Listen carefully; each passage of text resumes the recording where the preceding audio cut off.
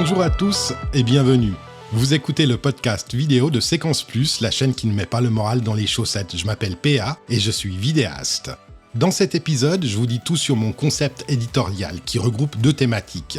Les courts-métrages et la réalisation de vidéos axées sur la danse. De plus, je vais vous dévoiler les premières lignes de mon prochain projet. Un court-métrage 100% PA allant de l'écriture à la production. Bien que court en durée de métrage, il sera néanmoins très riche en émotions.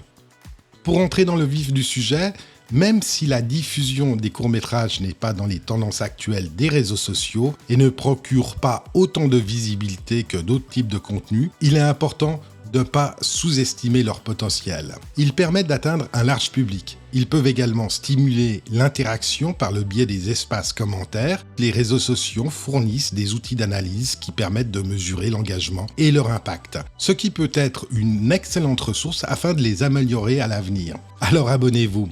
Pour ceux qui suivent la chaîne, vous avez probablement déjà eu un aperçu des prémices du court-métrage sur Richard de Confignon, par le biais des vidéos Parlons-en.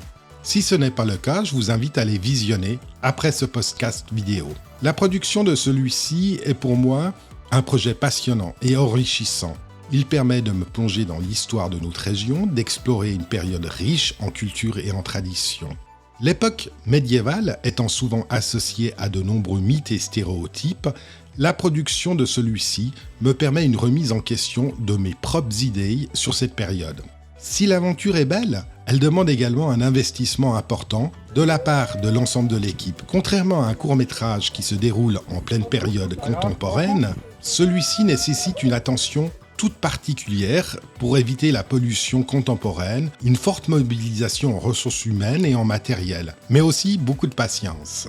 C'est aussi une belle opportunité de travailler sur un projet en collaboration avec des passionnés de cette époque qui en sont à la source. De développer mes compétences en matière de production, allant de la conception à la mise en scène, tout en créant des univers visuels immersifs à travers cette époque. Enfin, j'espère qu'il vous permettra également, comme je le fais moi-même, de découvrir les différences culturelles et les similitudes avec notre société actuelle, mais aussi et surtout de susciter auprès de vous de la curiosité sur cette période fascinante de notre région. En marge des courts-métrages, petit clin d'œil au projet Danse pas après pas, sujet que j'ai déjà traité dans le précédent podcast vidéo, mais sur lequel je souhaiterais néanmoins revenir brièvement d'un point de vue beaucoup plus personnel.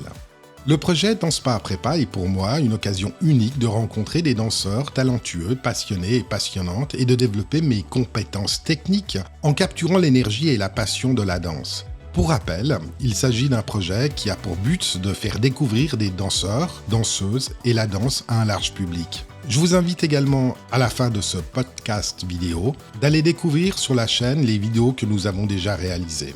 Alors, comme une évidence et sans perdre de temps, c'est le moment pour moi de préparer le mariage entre le court-métrage et la danse à travers une belle histoire humaine, remplie d'émotions, de dialogues et de chorégraphie. Mon premier court-métrage 100% PA.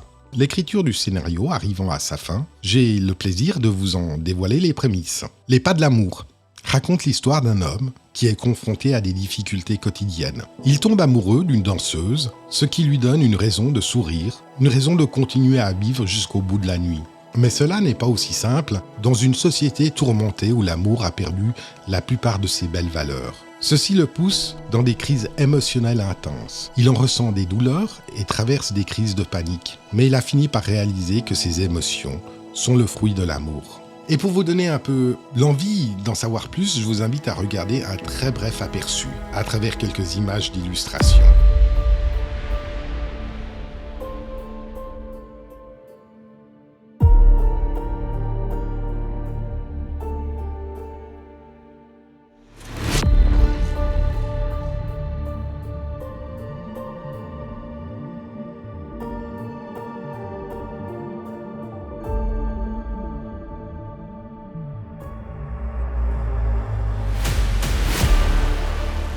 Il fait également le focus sur les émotions de cette femme danseuse, à travers des moments de dialogue qui sont entrecoupés par des chorégraphies pour renforcer les émotions. Mais bien entendu, je ne vais pas vous dévoiler l'entièreté du scénario. Avez-vous déjà une petite idée sur son déroulement ou sur la fin de l'histoire? Dites-le moi en commentaire.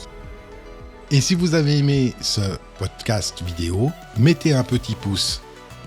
J'ai eu vraiment du plaisir de partager ce petit moment et cette passion qui m'anime jour après jour avec vous. Et j'espère vous retrouver très prochainement. En attendant, prenez soin de vous. C'était PA pour Séquence Plus.